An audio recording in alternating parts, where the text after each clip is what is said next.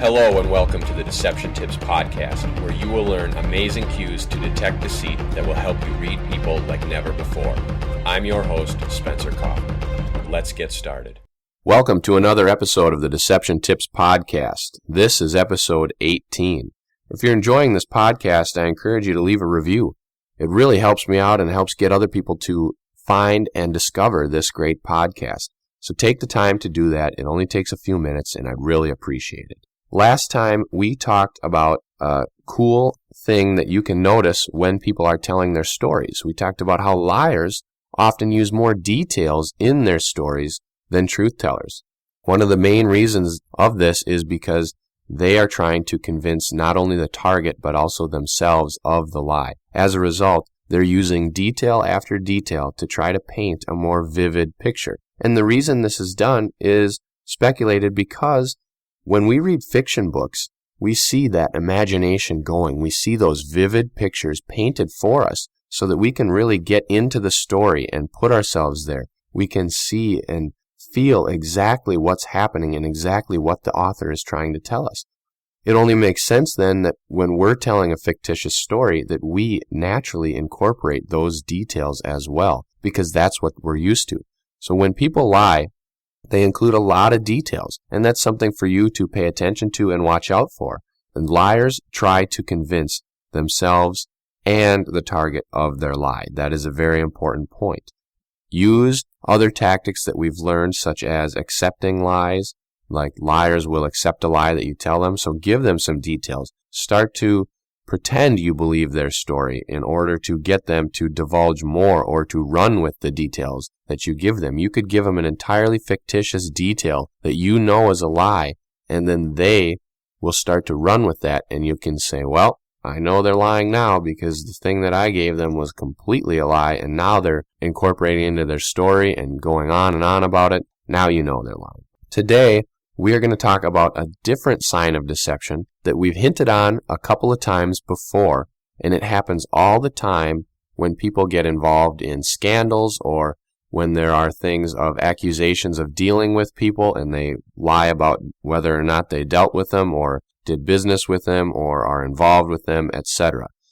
Today we are going to talk about something called distancing language. Now, distancing language is when people use certain words in a certain way to separate themselves from certain individuals. Examples of this would be like that man or that woman, something along those lines. So here it is, Deception Tip 18. Liars often use distancing language when speaking about someone they would like to avoid being associated with. Example, that man instead of his name. Here it is again, Deception Tip 18. Liars often use distancing language when speaking about someone they would like to avoid being associated with. Example, that man instead of his name.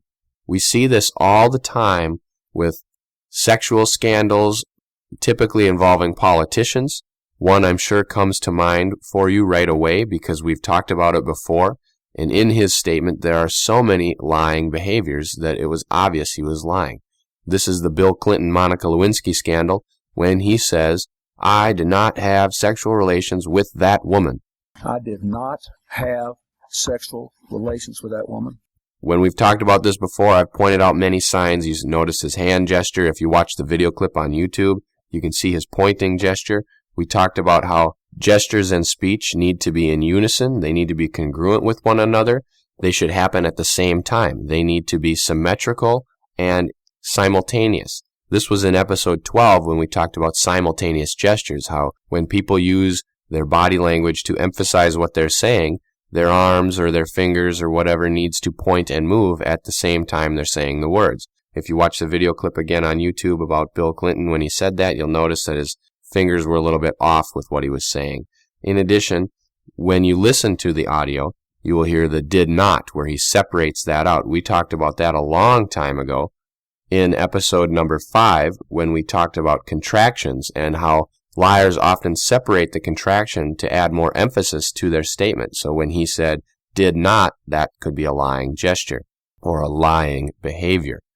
In addition, The final one he used, and there could be more if you look at his face or other things, his different body language, but the final one that we can talk about right now is when he said, "that woman." He distanced himself from her by saying, "that woman." The normal scenario would have said, "No, I didn't have sexual relations with Monica or with Miss Lewinsky or whatever." But he called her "that woman."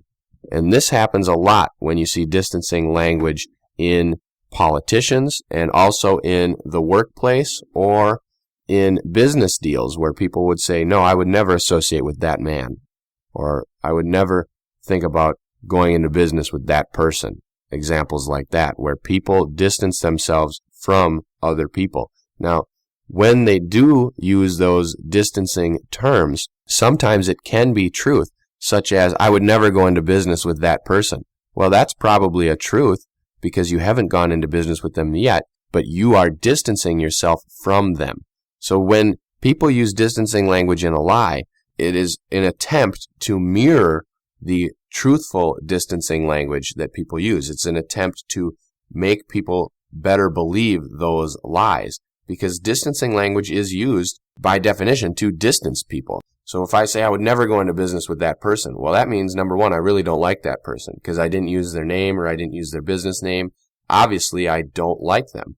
And by saying that person instead of their company or their firm or whatever, that tells you that I don't like them. But then I say I would never go into business with them. That emphasizes again on the fact that I don't like them. Why wouldn't I go into business with them?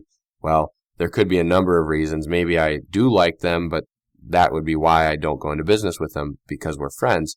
But then I would not say that person. I would usually say, well, I would never go into business with my friend, or I would never go into business with them because he's my friend. You wouldn't distance yourself from them. Distancing language is typically done when the circumstances are not favorable, when you don't like that person, you don't get along, etc. So this is a huge deal because when distancing language is used in truth, it is a separate, it is distant from them. But when it is used in lying, it's often to cover up the fact that they have done something together and they are trying to distance themselves. We're going to talk a lot more about this coming up next. Do you ever wonder if that smile from the person you're interested in is sincere, or is it merely polite? Spencer knows. He's published groundbreaking research on smile detection, and his books can give you more insight into what that person is really feeling. It is important to note that distancing language can be a natural part of speech and behavior when it is used in certain circumstances. However, when it is used, it is really something that shouldn't be used at all because it's a distance. It puts separation and walls between you or whomever is speaking and the other people that they are speaking about. For example, when people often join a new job or they start a new term on a board or an elders group or something like that, when they join a board of directors, oftentimes new members will use distancing language when talking about the group. They'll say "you guys" or certain things that they're really not a part of. It's kind of indicating that they're still not used to being there. They use distancing language when they first join that board. Now, as they start to identify more with that organization and that group, they start to make some friends. They start to feel like they're a part of the elders, or they start to feel like their opinion matters.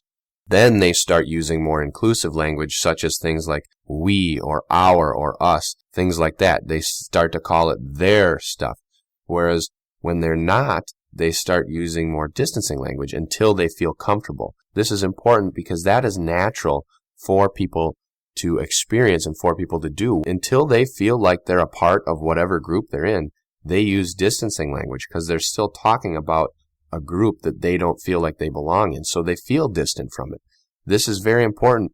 A good tip when adding new members or when adding people to your group, use inclusive terms and encourage them to feel welcome and to feel like they're a part of it so that they don't use that distancing language. Now, it's not a lie when they use it because they truly don't feel like they're a part of that. So this is a very, very good indicator when people use distancing language in normal conversation or when they're talking about something that they're involved in.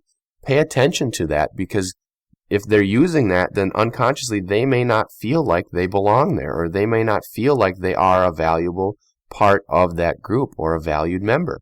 So if you are in that group, what can you do to make them feel like they belong or make them feel a little bit more valuable? They're using distancing language for a reason. And if it's not because they're lying, then it's because they truly don't feel like they belong. So make them feel welcome. Make them feel like they belong. Either that or kick them out because then they don't belong or they don't want to belong.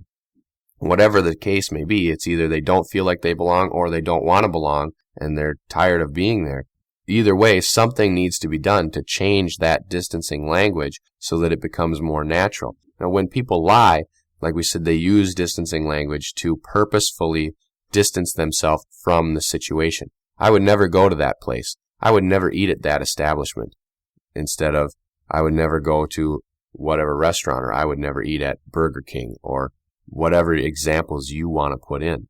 In addition, a lot of times, people who are invested in certain situations and are talking with other people, maybe they're talking with someone who isn't involved in that situation. So for example, let's say you are a board on ABC Corporation, you're a board member, and you're talking with someone else who's maybe working with that corporation or who works there, and they're not a board member, but yet there's a conversation about some kind of a board function, a little party, a meet and greet or something, and you say, well, we should have a beer at that place. And they say, oh, we totally should. They're really not included in your board, but you're talking about we as in you're going to bring them and help them feel included. That's normal. Whereas oftentimes it could be something like, we should have a beer at that party. Well, I'm not a part of that board, so I shouldn't. That's a distance. Pay attention to that, because if they use things like inclusive terms, such as our, we, and together, us, then you know that they can be a part of it. They feel like they're a part of it. They feel like they belong. Now, this is unconscious. In addition, that's more truthful. It's more honest. It's more a sense of unison. It's a belongingness.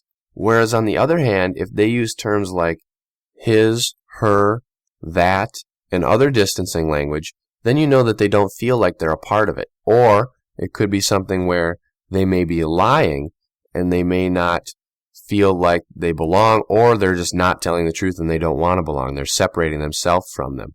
A common example would be something like if someone is a board member and they're talking to another board member or a group and they say, when is your annual meeting? Well, you're a part of the board. It should be, when is our annual meeting? So you know something's not right. They don't feel like they belong there. So a little tip for you is when you join a group or an organization, or you start to get involved with other people, or you have a team or anything like that, start using more inclusive language. If you hear people using some distancing language within that group, counter it with we or our or us or things like that. Or if someone says that they want to be distant, or they're using that distancing language implying, saying like, why don't you do this? Or how about you guys do that? And they're still a part of it. You could counter that with your own distancing language, such as like, yeah, you should. And then maybe they'll kind of realize like, oh yeah, I guess I shouldn't be putting everything on everybody else. Instead, it should be us and we. So use those and follow up all the time if people start to be distant and they're not fully committed, because their language will reflect their commitment to that group. So if you see that, correct people. Say, yeah, you should do this. Or if they say you should, say, we should. Because they need to know they're a part of that group and they belong to that group, and that they are an important part of that group. And when people are lying, pay very, very close attention to the distancing language, because it's happening for some reason. And usually when it's lying, it will be more along the lines of that woman or that person, and you'll also hear it in the tone of their voice. They're going to say things usually with the term that, or I would never do anything with that person. It's not going to be I would never do anything with her, because her is more of it's a closer. They're going to use a farther out term such as that person or that business or that establishment, etc. So keep that in mind. The point is always pay attention to distancing language. If you see it or if you hear it happen, then look for other behaviors as well, because if there aren't any other behaviors present, then it's more of a possibility that they're truly feeling distant from whatever they're talking about, and then maybe something needs to change. However, if there are other behaviors present, then you know they're lying, and something can be done about that as well. I want to thank you for listening to this week's episode of the Deception Tips Podcast. I encourage you to share it with your friends, subscribe to the feed, follow the Deception Tips blog, and take a look at the books I have available. And as always, tune in next week for a new Deception Tip.